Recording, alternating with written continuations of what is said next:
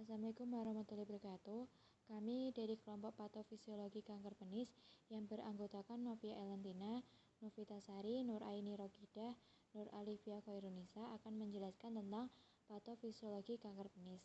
Berikut penjelasannya.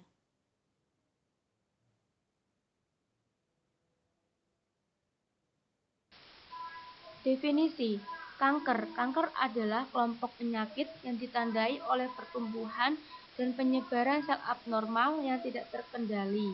Penis. Penis adalah organ seksual dan reproduksi pria yang diselubungi oleh kulit bagian kepala dan prepusium.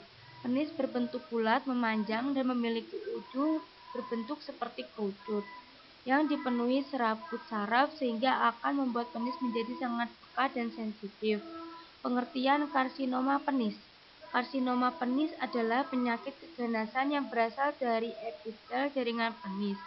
Tipe histopatologik tersering adalah KSS, terutama muncul dari epitel squamous yang melapisi glans sulcus, coronarius, dan prepusium. KSS yang berasal dari kulit korpus penis sangat jarang terjadi. Di luar KSS ada keganasan melanositik, mesenkimal, dan limfoma. Karsinoma penis paling banyak terjadi pada laki-laki usia 60-80 tahun. Namun juga dapat terjadi pada laki-laki usia 40 tahun sampai 60 tahun.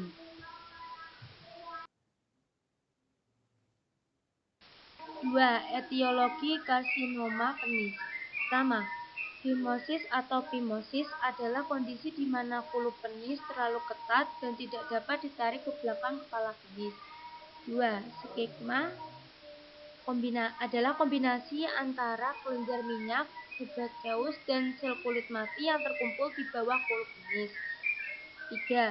KSS penis merupakan salah satu kanker yang berkaitan dengan infeksi HPV. Dugaan keterlibatan HPV dalam patogenesis KSS penis diawali dengan studi yang mendeteksi adanya HPV dalam jaringan prakanker dan kanker penis pada laki-laki yang memiliki pasangan wanita dengan kanker serviks uteri. Selanjutnya, faktor risiko lain yang berkaitan erat dengan KSS penis adalah sirkumsisi. Selanjutnya, faktor risiko lainnya adalah paparan asap rokok, pemberian fotokemoterapi pada penderita psoriasis, infeksi human definisi virus, dan faktor familial. Faktor usia, kanker penis umumnya diderita oleh pria usia 60 tahun ke atas.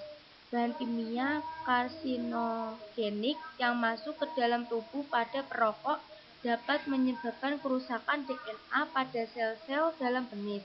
Perlu diketahui bahwa kanker penis ditemukan lebih sering ketika seseorang akan melakukan tindakan khitan atau sunat yang ditunda atau baru dilakukan ketika memasuki usia pubertas. Kehigienisan alat kelamin juga harus dijaga agar kuman atau virus tidak berkembang.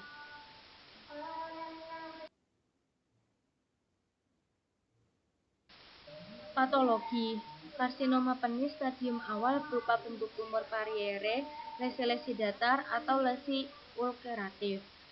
Karsinoma yang infiltratif, tumbuh cepat, mudah membentuk tukap, dan menginfiltrasi ke dalam permukaan kotor dan benda busuk. Meluasnya metastatis ke kelenjar getah bening inguinal regional akan menyebabkan nekrosis kulit, infeksi kronik, atau pendarahan akibat erosi yang masuk ke dalam pembuluh darah femoralis.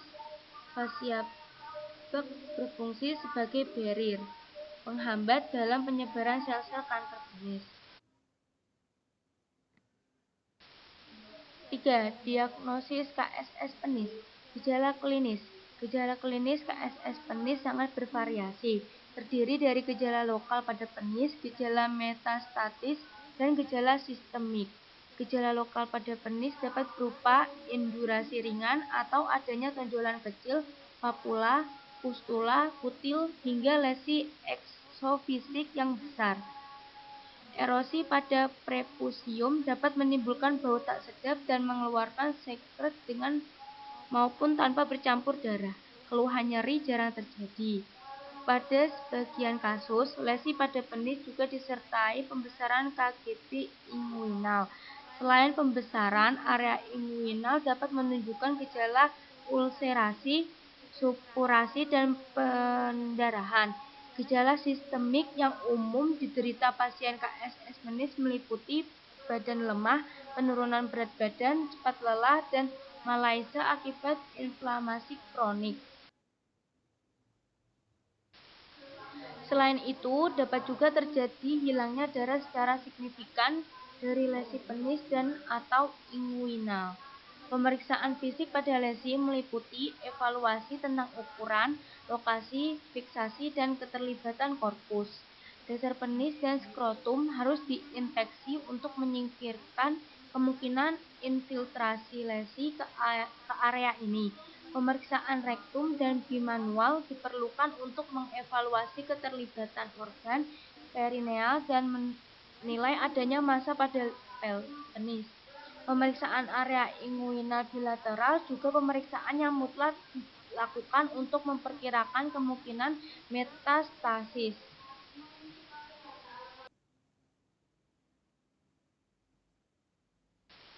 Pemeriksaan fisik pada lesi meliputi evaluasi tentang ukuran, lokasi, fiksasi, dan keterlibatan korpus.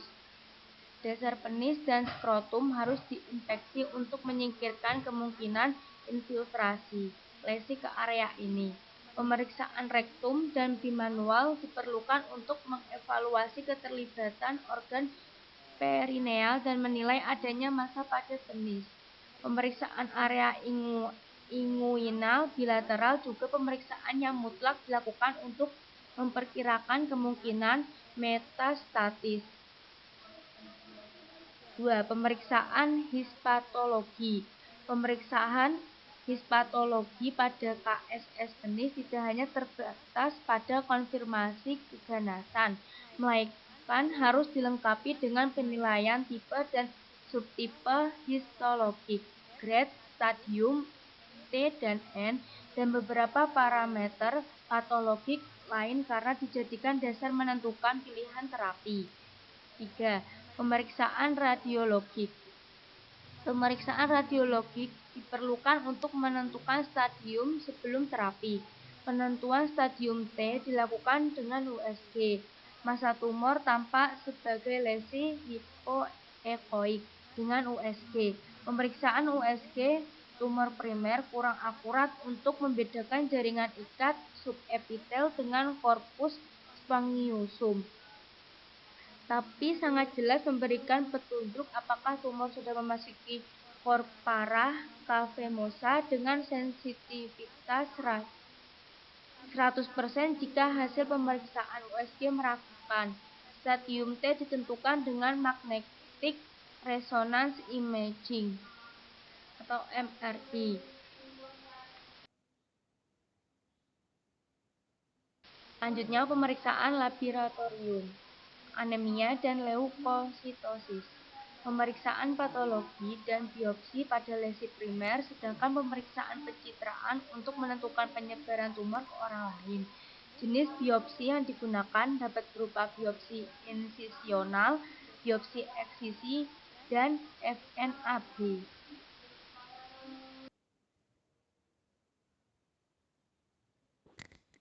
Selanjutnya, gambaran histologik KSS penis. Diagnosis karsinoma penis ditegakkan dengan pemeriksaan histopatologi. KSS penis ditandai dengan gambaran sel-sel epitel squamous dengan tanda anaplasia mulai dari yang berdiferensiasi baik dengan bentuk keratin hingga yang berdiferensi buruk, baik tanpa maupun dengan invasi menembus membran basal. Gambaran patologi KSS penis memiliki persamaan morfologik dengan KSS yang berasal dari organ lain. KSS penis dibagi atas beberapa Subtype histologik. KSS penis yang tidak berkaitan dengan HPV dibagi atas KSS subtype biasa, konvensional, karsinoma pseudohiperplastik, karsinoma pseudoglandular, karsinoma verrucosa terdiri dari karsinoma verrucosa murni. KSS subtype bisa merupakan neoplasma epitelial invasif dengan berbagai derajat diferensiasi squamous dan keratinisasi. Karsinoma pseudohiperplastik merupakan KSS penis yang bersifat multifokal, berdiferensiasi baik dan hanya muncul pada orang tua. Karsinoma ini berkaitan dengan lisen sklerosus yang menyebabkan munculnya gambaran hiperplasia pseudoepitheliomatus. Karsinoma pseudoglandular merupakan bentuk KSS penis yang agresif dengan akantolisis yang mencolok sehingga memberikan gambaran menyerupai kelenjar. Tumor berupa massa padat terbentuk tidak teratur, warna putih, disertai ulcerasi. Karsinoma verrucosa adalah subtype KSS penis dengan gambaran papilomatik berdiferensiasi baik dengan keratinisasi dan akantosis, serta mempunyai basis yang luas dan menekan stroma. Tumor ini tumbuh eksofitik dan papilomatik, berbentuk tidak teratur serta berwarna putih sampai abu-abu. Permukaan tumor bisa bercabang, nodular, filiform, atau granular. Karsinoma cuniculatum adalah varian dari karsinoma verrucosa. Karsinoma ini berdiferensiasi baik dengan karakteristik pola pertumbuhan labirintin seperti terowongan kelinci. Karsinoma papiler atau NOS adalah karsinoma papilomatik verruciform grade rendah dan berkeratin tanpa koilosid. Karsinoma adenosquamosa atau disebut juga karsinoma mucoepidermoid adalah KSS dengan gambaran mucinous dan atau glandular yang berasal dari epit permukaan. KSS sarkomatoid merupakan karsinoma yang besar dan agresif, tersusun atas sel-sel spindle dan sel-sel squamosa. KSS campuran adalah KSS yang menunjukkan gambaran dua atau lebih subtype KSS dalam satu tumor. Karsinoma basaloid merupakan tumor agresif dengan bentuk mendatar, ulceratif, dan tidak teratur. Karsinoma papiler basaloid menunjukkan pola pertumbuhan papilomatik, eksofitik maupun eksoendofitik, tersusun atau sel-sel basaloid. Pada permukaannya, tumor ini tanpa filus. Karsinoma Warti juga tumbuh eksofitik dan papilomatik, mirip dengan kandiloma tetapi dengan gambaran sitologi ganas.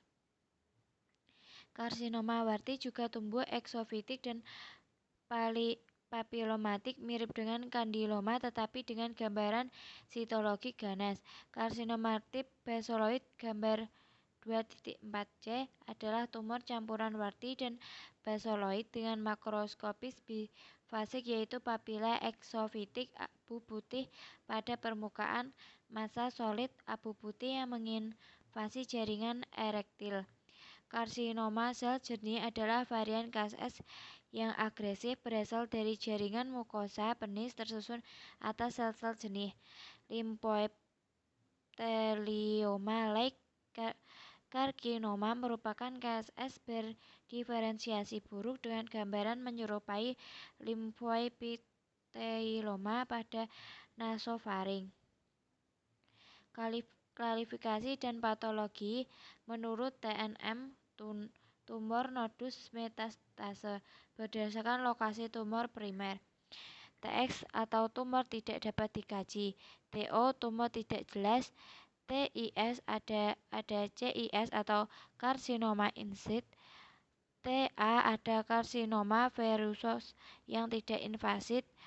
T1 tumor invasif invasif ke jaringan subepitel, T2 tumor invasif ke corpora spongiosum atau cavernosum, T3 tumor invasif ke uretra atau prostat, T4 tumor invasif ke struktur yang berdekatan.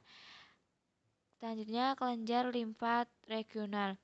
NX kelenjar getah bening regional tidak dapat dinilai. N0 tidak teraba atau tidak ada metastase kelenjar getah bening inguinal. N1 ada metastase ke kelenjar getah bening inguinalis tunggal. N2 ada metastase ke lebih dari satu kelenjar getah bening inguinal multiple atau bilateral. N3 ada metastase di luar kelenjar getah bening di paha atau metastase kelenjar getah bening di panggul multiple atau bilateral. Selanjutnya metastasis. M0 tidak ada metastasis jauh, M1 metastasis jauh. Stadium atau karsinoma in situ.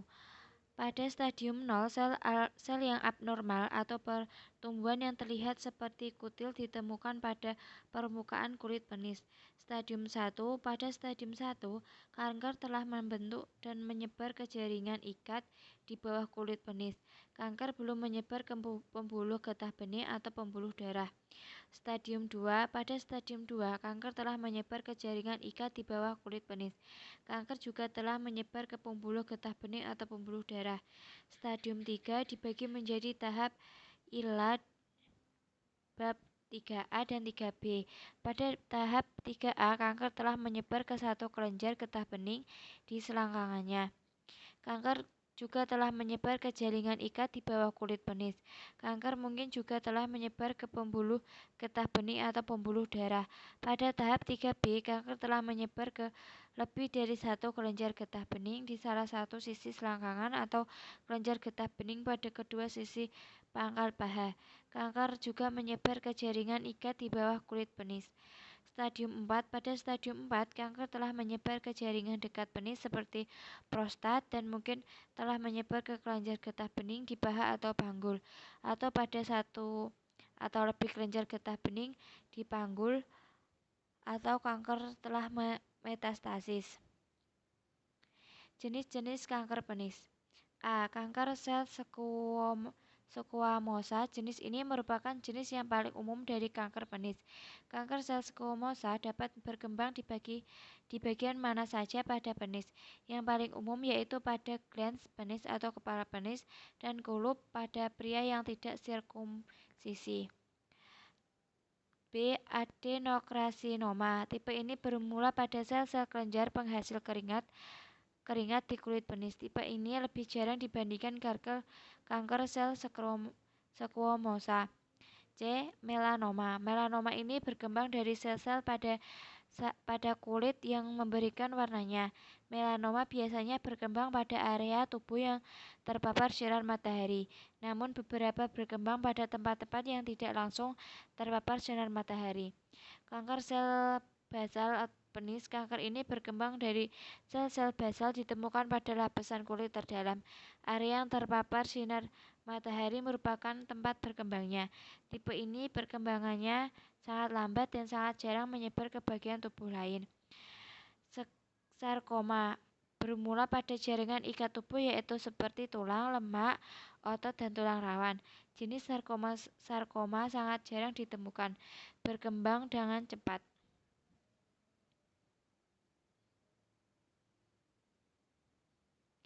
Baik, sekian dari kelompok kami. Apabila ada kekurangnya, mohon dimaafkan. Terima kasih. Wassalamualaikum warahmatullahi wabarakatuh.